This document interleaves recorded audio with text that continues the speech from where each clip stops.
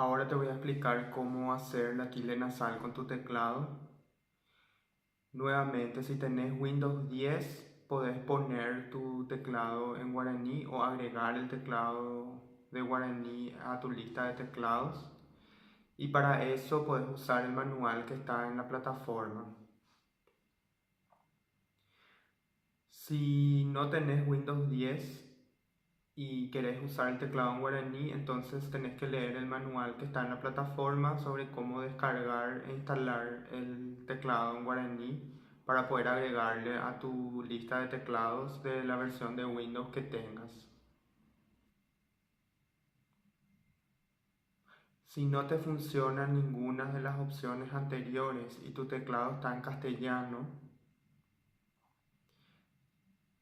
entonces podés usar la diéresis o dos puntos para representar el sonido nasal en los ejercicios de la plataforma. Y la diéresis o dos puntos se encuentra generalmente al lado de la tecla P. Tenés que presionar Shift más la tecla que está al lado de la letra P más la vocal que quieras nasalizar. Si tu teclado está en inglés, entonces amonte más porque el teclado en inglés no permite hacer ningún acento de otro idioma. Te convendría cambiar al castellano o al guaraní.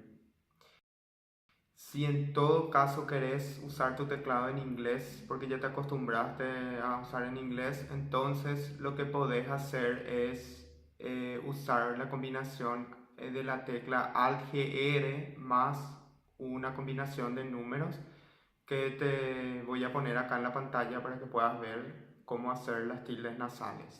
Esta combinación de números es universal y funciona con cualquier teclado. Nei, ya putau peisha ha ya hajese.